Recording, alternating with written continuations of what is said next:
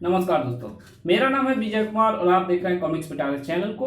दोस्तों, हम लोग कॉमिक्स पढ़ रहे थे मार्केस, जो कि महाबली भोकाल की कॉमिक्स है। इसका पहला पार्ट मैंने अपने चैनल पे अपलोड कर दिया है। पहले पार्ट में मैंने इस कॉमिक्स को 20 पेज तक कवर कर दिया था। इस पार्ट में इसकी आगे की कहानी को शुरू करते हैं, लेकिन अप्रत्यक्ष में हमने कई बार रगड़ रगड़ कर स्नान करके अपने शरीर से लगे कीट के इस द्रव्य को छुड़ाने का प्रयत्न किया है, लेकिन ये छूटता ही नहीं। जो द्रव उस कीट ने आप पर छोड़ा था वो आपकी त्वचा में रच बस गया लगता है। ये है क्या, ये तो पता नहीं, परंतु आपको चिंतित होने की आवश्यकता नहीं है। आप इस लेप को लगाइए, सब ठीक हो जाएगा। कुछ ठीक नहीं हुआ, बल्कि और भी ज्यादा बिगड़ता चला गया। ओह, हमारे शरीर पर विचित्र से फोड़े उग आए हैं। क्या हो रहा है ये? किसी की कुछ समझ में नहीं आ रहा था, ना विकास नगर के राजवैद्य को और ना दूसरे राज्य से बुलाए गए वैद्य को।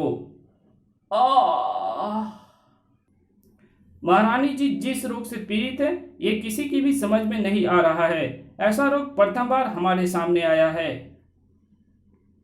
महारानी ठीक तो हो जाएगी ना? कोई भी जड़ी बूटी, कोई भी औषधि महारानी पर प्रभाव नहीं दिखा रही, इसलिए इस विषय में कुछ भी कहना अत्यंत कठिन है। परंतु एक बात अवश्य कहूंगा,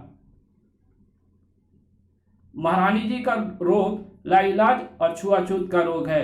जितने अधिक लोग महारानी के संपर्क में आएंगे, उतने ही लोगों की इस रोग से पीड़ित होने की संभावना है। दूसरे शब्दों में कहूं तो अगर अत्यंत सावधानी ना बरती गई तो महामारी की लाइलाज बीमारी एक ऐसी महामारी का रूप धारण कर सकती है जो सारे विकास नगर राज्य को अपनी चपेट में ले लेगी। ओह, राजवैद्य को बाहर छोड़कर आने के बाद भोकाल ने जैसे ही रानी मोहिनी के कक्ष में कदम रखना चाहा, वैसे ही, वहीं रुक जाओ भोकाल, तुम्हें मेरे पास आने की आवश्यकता नहीं। मैं नहीं चाहती कि ये लाइलाज रोग तुम्हें भी लगे। ये आप क्या कह रही हैं महारानी जी? आपको ऐसा कोई रोग नहीं है। मुझे बहलाने का प्रयत्न मत करो भोकाल। मैंने वैद्य शिरोमणि की सारी बातें सुन ली है और उनकी बातों से मैंने यही निष्कर्ष निकाला है कि मैं जिस छुआछूत के रोग से पीड़ित हूं वो मेरे प्राण लेकर ही रहेगा। ऐसा मत कहिए महारानी जी। मेरे ऐसा ना कहने से सत्य असत्य में नहीं बदल जाएगा महावाली, और सत्य यही है कि ये रोग हमारे प्राण लेने वाला है और मैं नहीं चाहती कि ये रोग एक ऐसी महामारी का रूप धारण कर ले जो सारे राज्य को अपनी चपेट में ले ले। इसलिए मैंने ये निर्णय ले लिया है कि मेरे इस कक्ष में कोई मुझसे मिलने नहीं आएगा। ना दासी, ना कोई मंत्री, ना कोई सगा संबंधी और ना तुम, और ना ही मैं इस कक्ष से बाहर निकलूंगी। अब अपनी सेवा, अपना उपचार मैं स्वयं करूंगी। अगर देवी ने मेरे भाग्य में स्वस्थ होना लिखा होगा तो मैं इस कक्ष से बाहर निकलूंगी, अन्यथा मेरी मृत्यु के पश्चात मेरे शव को भी इसी कक्ष के साथ जला देना। महारानी, मैं जानती हूँ महाबली, ये सब सुनकर तुम्हारे हृदय पर बर्छियां चल रही होंगी, परंतु एक लाइलाज छुआछूत बीमारी से अपने राज्य को बचाने का और कोई उपाय नहीं है। एक बात और महाबली, मेरे लिए राज्य का राजकाज ना रुके, इसके लिए राजकुमारी श्वेता को हमारी जगह राज सिंहासन पर बिठाना होगा। जब तक राजकुमार अंकित गुरु योगेश्वर के आश्रम से शिक्षा पूर्ण करके नहीं आ जाते, तब तक राजकाज को राजकुमारी श्वेता ही संभालेंगी। अब कृपया जाओ यहां से और जाकर समस्त दरबारी एवं प्रजावासियों को मेरा संदेश सुनाओ। महारानी का आदेश था। भोकाल को ना चाहते हुए भी उसका पालन करना पड़ा। सर्वसम्मति से राजकुमारी श्वेता को भी राज सिंहासन पर बैठाने की तैयारी होने लगी। परंपरा के अनुसार इस राज्य के राज सिंहासन पर कोई स्त्री बैठती है तो उस स्त्री को सिंहासन पर बैठने से पहले काली चोटी की पहाड़ी पर स्थित कुल देवी के मंदिर में देवी के दर्शन के लिए जाना होता है। राजकुमारी श्वेता को भी वहां जाना होगा। ये तो अच्छा है, राजकुमारी के साथ हम सब भी कुल देवी के दर्शन करने चलेंगे। उनसे महारानी के स्वास्थ्य के लिए प्रार्थना करेंगे। पुरुष तो कुल देवी के मंदिर के पास भी नहीं फटक सकता। कुल देवी के दर्शन के लिए राजकुमारी श्वेता को अकेला ही जाना होगा। मैं जाती हूँ भोकाल चाचा, संभल कर बेटा, जल्दी। श्वेता मंदिर में पहुंच गई। अब कुलदेवी से आशीर्वाद लेकर वो शीघ्र ही वापस लौट आएगी, लेकिन शायद श्वेता के भाग्य में वापस लौटना नहीं लिखा था। तभी गड़ गड़ गड़ गड़ गड़, ओह ये क्या, धरा हिल रही है, भूकंप आ गया। भूकंप भी छोटा मोटा नहीं था। ओह, भूकंप इतना तीव्र है कि उसकी कंपना से सामने की पहाड़ी गिरने लगी है। पहाड़ी गिर रही है। ओह नहीं, पहाड़ी के ऊपर बने मंदिर में तो राजकुमारी श्वेता मौजूद हैं। उसके प्राण संकट में है। मुझे मंदिर में जाकर उसे बचाना होगा। रुक जाओ भोकाल, ये क्या करने जा रहे हो तुम? कुलदेवी के मंदिर में कोई पुरुष प्रवेश नहीं कर सकता। रुक जाओ भोकाल, ये क्या करने जा रहे हो तुम? कुलदेवी के मंदिर में कोई पुरुष प्रवेश नहीं कर सकता। अगर तुमने उस मंदिर में पांव रख दिया तो अनर्थ हो जाएगा। देवी का क्रोध सारे राज्य पर टूटेगा, प्रलय आ जाएगी। लेकिन मंदिर में राजकुमारी श्वेता फंसी हुई है, उसका क्या होगा? अगर शीघ्र उसे नहीं निकाला गया तो भूकंप से टूटती ये पहाड़ी उसे निगल लेगी। राजकुमारी श्वेता को देवी के सहारे छोड़ दो, वो उसका भला करेंगी। देवी भी उन्हीं का भला करती है जो प्रयास करते हैं, और मुझे नहीं लगता श्वेता प्रयास करने की स्थिति में है, इसलिए मुझे उसे बचाना होगा। लेकिन देवी के मंदिर की मर्यादा? आप चिंता मत कीजिए। अगर आज तक कुलदेवी के मंदिर में पुरुष का पांव नहीं पड़ा तो आज भी नहीं पड़ेगा। देवी के मंदिर की मर्यादा का पूर्ण निर्वाह करते हुए ही वहां फंसी राजकुमारी श्वेता को बचाएगा। भोकाल, मंदिर की मर्यादा भी ना टूटे और राजकुमारी श्वेता भी बच जाए, इसके लिए मेरा भोकाल बनना अत्यंत आवश्यक था। अब मैं अपनी ढाल की सहायता से उड़कर बिना मंदिर की सीढ़ियों पर पैर रखे मंदिर के उस हिस्से तक पहुंचूंगा जहां श्वेता मौजूद है। ये तो अच्छा है कि यह मंदिर ऊपर से खुला हुआ है, नहीं तो मंदिर के अंदर प्रवेश किए बिना श्वेता को ढूंढना मुश्किल था। वो रही श्वेता। भोकाल चाचा, मैं तुम्हें लेने के लिए मंदिर में प्रवेश नहीं कर सकता। श्वेता, मंदिर से बाहर निकलो जल्दी। हाँ, मैं आती हूँ भोकाल चाचा। ओह नहीं, पत्थर ने श्वेता को घायल करके नीचे गिरा दिया। ओह नहीं, वो अचेत हो चुकी है। अब वो मंदिर से बाहर नहीं निकल सकती और मैं मंदिर के अंदर नहीं जा सकता। क्या करूं? क्या मैं श्वेता को मंदिर की गिरती दीवारों के नीचे दबता देखता रहूं, या फिर मंदिर में प्रवेश करके मंदिर की मर्यादा को भंग कर दूं? नहीं, मंदिर में प्रवेश किए बिना भी श्वेता को बचाने का एक रास्ता है, परंतु इसके लिए मुझे अपने प्राणों पर खेलना होगा, क्योंकि इतनी ऊंचाई पर मैं मात्र अपने ढाल की सहायता से उड़ता हुआ टिका रह सकता हूं। जबकि जो उपाय मैंने सोचा है उसमें मेरे हाथ से ढाल का छूटना अत्यंत आवश्यक है। भोकाल ने निर्णय लेने में एक क्षण भी नहीं गंवाया।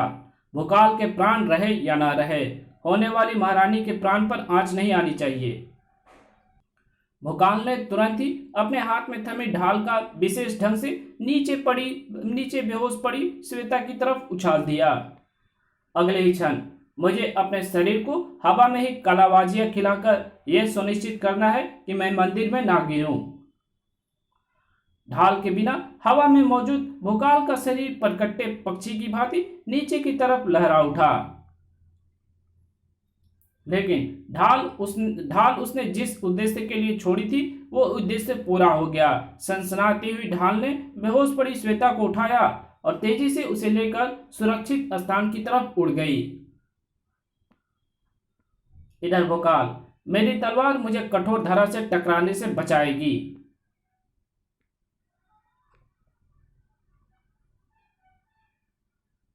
ठक, सभी के मुंह से निकला, वाह महाबली वाह।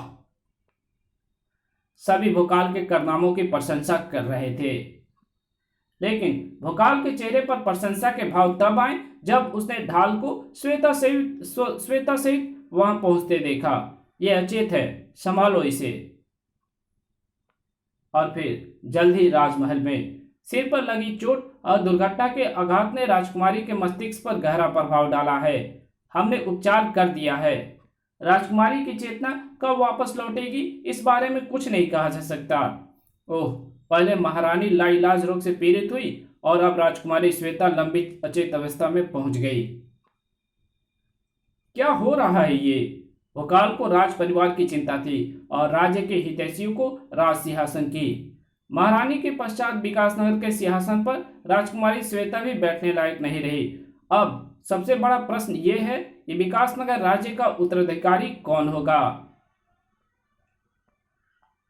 मैं विकासनगर के दिवंगत सम्राट विकास मोहन का सगा भाई विवेक मोहन, मैं विकासनगर के पूर्व सम्राट का खून हूं, इसलिए मुझे विकासनगर का भावी सम्राट बनने का पूरा अधिकार है।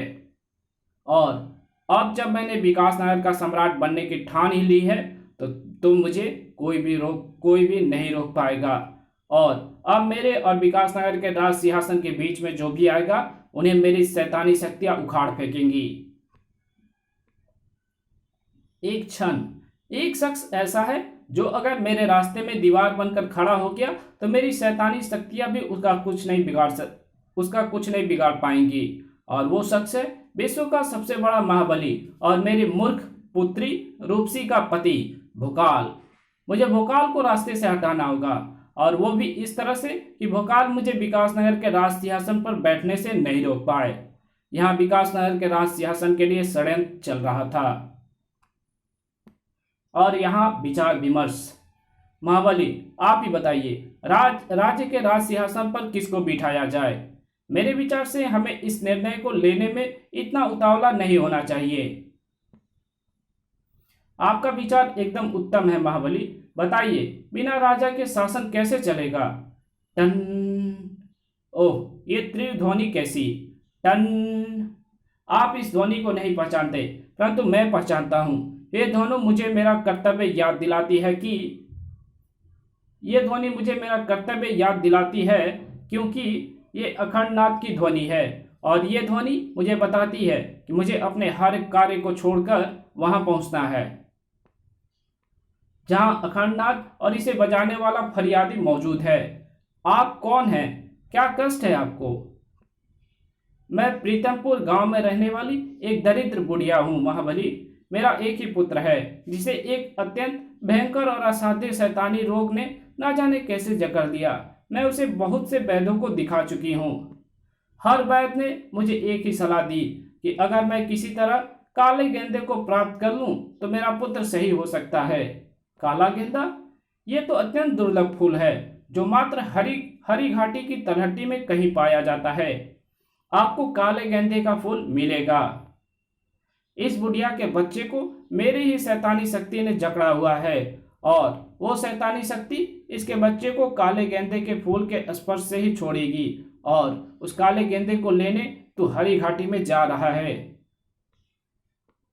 जा, अगर सौभाग्य से तू काले गेंदे के फूल को लाने में सफल होकर लौट आया तो तुझे यहाँ एक ऐसा दृश्य देखने को मिलेगा जिसकी कल्पना तूने स्वप्न में भी नहीं की होगी, क्योंकि उस समय तू मुझे बैठा दिखेगा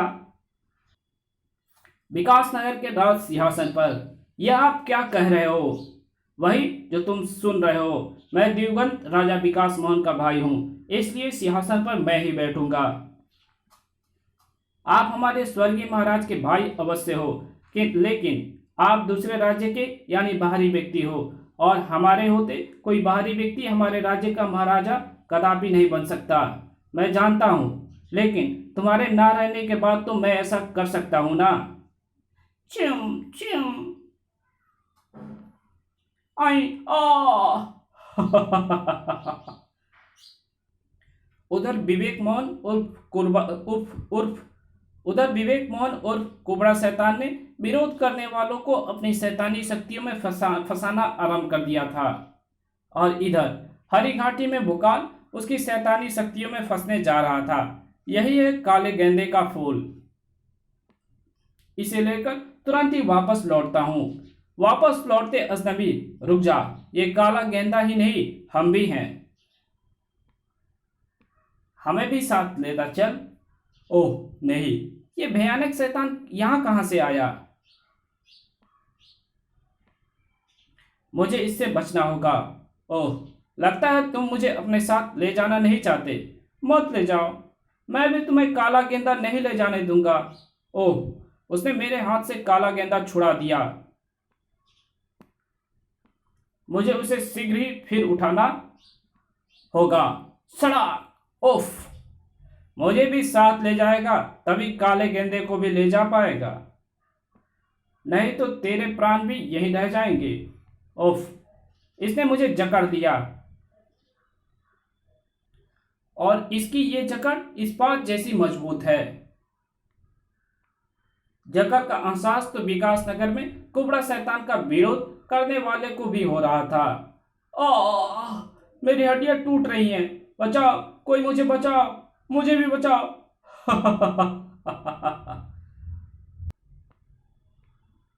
तुम सब सिर्फ मुझे सम्राट बनने की शर्त पर ही बच सकते हो, और ऐसा तुम्हें करना ही होगा, क्योंकि तुम्हें इस बात का विश्वास है कि तुम्हारा रक्षक भोकाल तुम्हें बचाने आ जाएगा। तो ऐसा नहीं होने वाला। मैंने अपनी शैतानी शक्तियों की सहायता से उसे भी मृत्यु के पास में फंसा रखा है। इस कहानी को यहीं खत्म करते हैं। इसके आगे की कहानी पढ़ेंगे इसके पार्ट 3 में। तो मिलते हैं इसके पार्ट 3 में, तब तक के लिए बाय। वीडियो अच्छी लगे तो वीडियो को लाइक कर देना, चैनल पे नए आए तो चैनल को सब्सक्राइब कर देना, और इसको ज्यादा से ज्यादा शेयर कर देना जहां इसकी जरूरत हो, और एक अच्छा सा कमेंट भी कर देना। और मेरे दूसरे चैनल को जा करके सब्सक्राइब कीजिए और उसको भी वीडियो देखिए। ओके, मेरे दूसरे चैनल का नाम है डिवाइन टेक्नोलॉजी। ओके, और उसकी वीडियोस भी देखिए। अगर टेक्नोलॉजी से रिलेटेड आपको कोई भी वीडियो चाहिए तो मैं कोशिश करूंगा उस पर बना सकूं। ओके, तो मिलते हैं इसके पार्ट 3 में, तब तक के लिए बाय।